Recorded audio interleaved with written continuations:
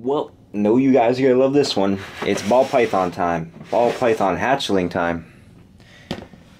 This was a repeat pairing that we did last year. This was a black pastel ghost to a butter ghost.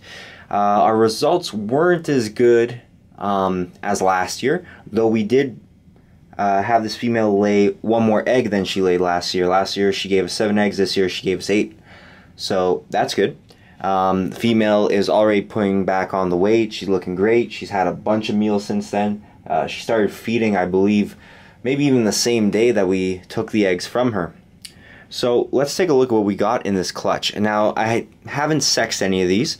And because they're so far along into that first shed cycle, I will not actually sex them on camera. Reason being, when you sex a snake, usually you end up putting your thumb right before the cloaca and you pull basically on the vent to pop the peens. Well, basically when you do that and a snake is close to completing a shed cycle, you could actually sometimes remove the shed prematurely, and what that'll end up doing is create redness in those scales once that skin sheds off.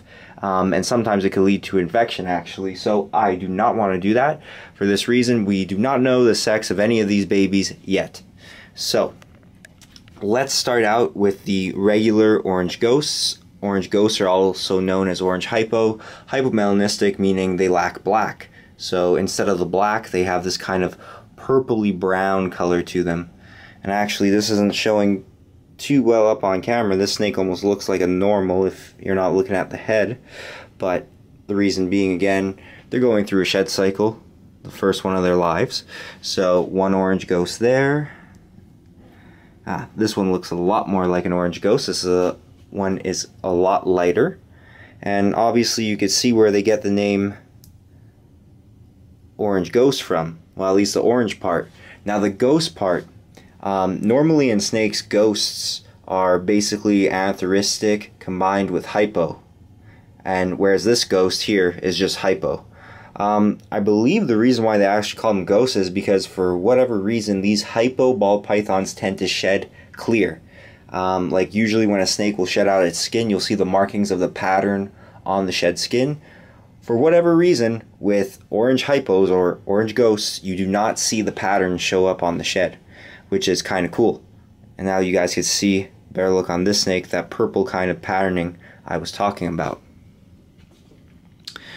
And we have more orange ghosts right over here. Another orange ghost. So obviously we know that all these animals are going to be orange ghosts because both the parents were visual orange ghosts. We weren't dealing with hets in this situation.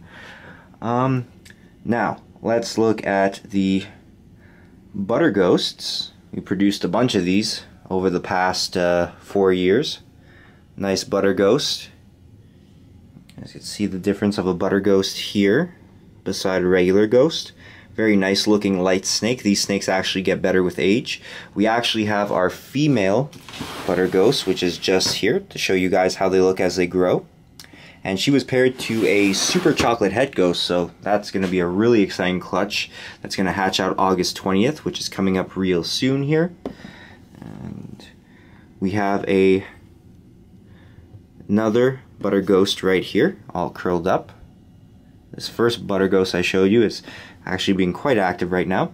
So far results are 3 orange ghosts, and actually this looks very weird. Very weird looking for an orange ghost compared to the other 2. So anyways, 3 orange ghosts, regular orange ghosts, and 2 butter ghosts. And now these are some of my favorite looking snakes, and these are going to be like what the mother was, and these are black pastel orange ghosts, and these things are absolutely incredible. They almost have like a Halloween look to them just because of how dark they are, but then how bright that orange is along their back. And this little guy or girl, hopefully they're both girls, that would be awesome, is squirming around. Now it's balled up. So really cool contrast when you look at the butter ghost beside the black pastel ghost. And here we have another black pastel ghost. And our black pastel ghosts, we actually also only produced 2 last year, and they were the quickest selling of any of the animals that we popped out from that pairing. But just to show you guys what a black pastel ghost looks like as it grows up, you can see the orange does fade a little bit, but nonetheless still a really nice looking snake. Last year it was just this tremendous male we hatched out, and he was so bright, the orange on him, and all the purple on him was totally blushed out. It would be really interesting to see if we could stay in contact with the person who bought him from us, see how it ends up turning out. But still a really nice looking snake. Love that contrast. And you guys can see this snake does not look like she laid 8 eggs this year. And she's only 3 years old, and she's already given us 2 clutches. And now the pride and joy of this clutch, and this is an animal we actually hatched out 2 of last year, a male and a female. This is the triple, the black pastel butter orange ghost. So see if we could line up a black pastel ghost here and a, where's the butter ghost? Oh, there's one right here. So black pastel ghost, butter ghost, make the beautiful black pastel butter ghost. Now maybe you guys want to see what a black pastel butter ghost looks like, and I have great news for you guys.